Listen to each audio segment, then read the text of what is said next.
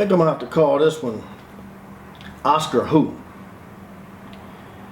Let me start by stating for the record that this little rant from the Diary of a Mad Black Man is not meant to promote any sentiments of racism. I am firmly pro-black, but the term pro-black is not synonymous with anti-white. Anti-white is condoning hatred towards members of another race, while being pro-black is merely promoting love and unity within the black community. Some of my closest friends, in fact, are of the Caucasian persuasion, and some of them are more ride or die than members of my own family. And this is because one thing about black folks in America is that we tend to be our own worst enemy. But what never ceases to amaze me most is how quick my people are to relinquish their God-given power over to another group of people. We blacks in America essentially created every style of music that has helped define American pop culture. R&B, in fact, stands for rhythm and blues. And rhythm, inspired by the blues, is the backbone of every genre of music known to man. It's no secret that we black folks have also revolutionized sports, fashion, as well as the film industry and damn near every aspect of entertainment. We were once called the coloreds, and I used to think it was because of the variety of color in our skin and the swarthiness of our complexion. But the longer I live and the more I observe, the more convinced I am that we are the coloreds because of the colorful nature of our essence.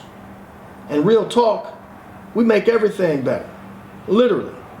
I don't give a damn if it's a rap album, a talk show, a gym shoe ad, or a toothpaste commercial.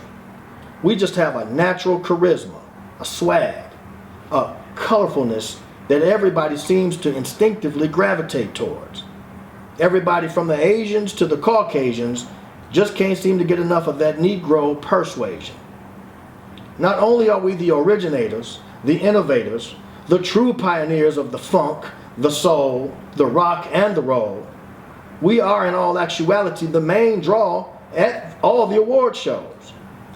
In fact, I can only imagine how dry and drab the Grammys, the Emmys, the Oscars, and the American Music Awards would be if we all one day just up and decided to go on strike for good.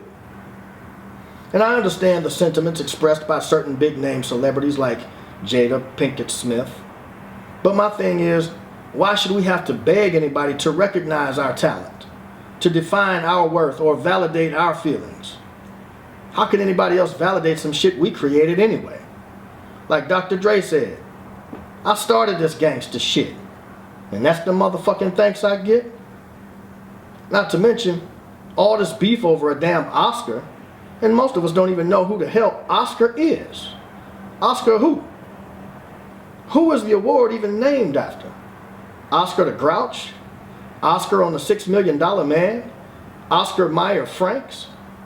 And frankly, it ain't just the awards either. It's the overall mindset that kills me. We are still rocking that age-old slavery mentality and don't even realize it. And when I say we, I ain't just talking about black folks on welfare, barely scraping by, struggling to make ends meet. I'm talking about everybody from that cool-ass six-figure nigga all the way up to the cats making $20 million a movie. I'm talking about any of us who have become all consumed with consuming.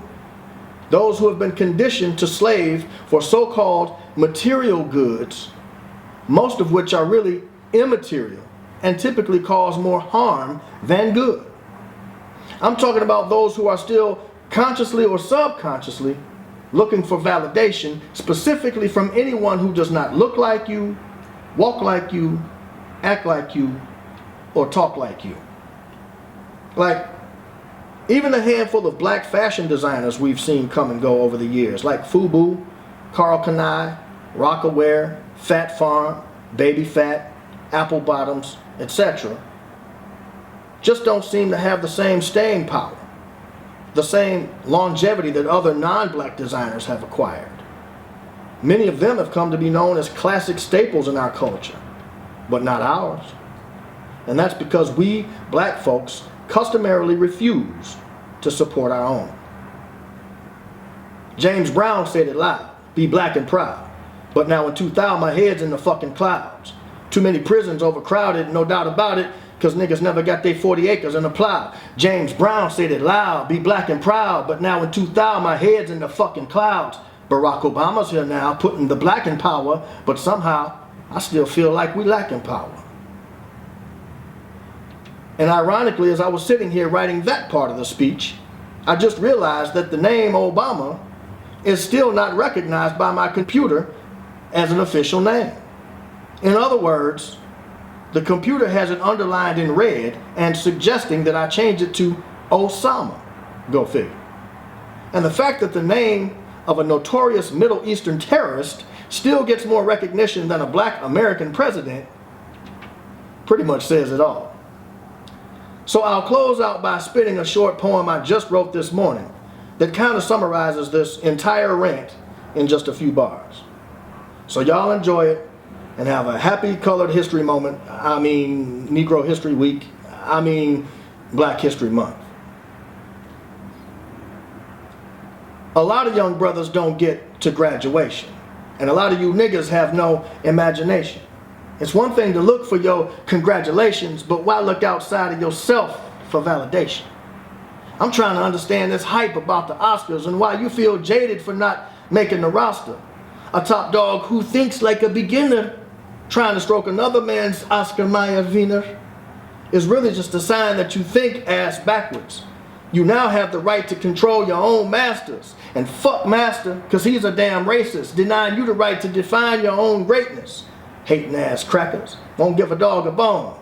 They voice their opinion like it's written on a stone, and fucking law enforcement won't leave a dog alone. Black people, it's time to start something on your own. Damn, niggas.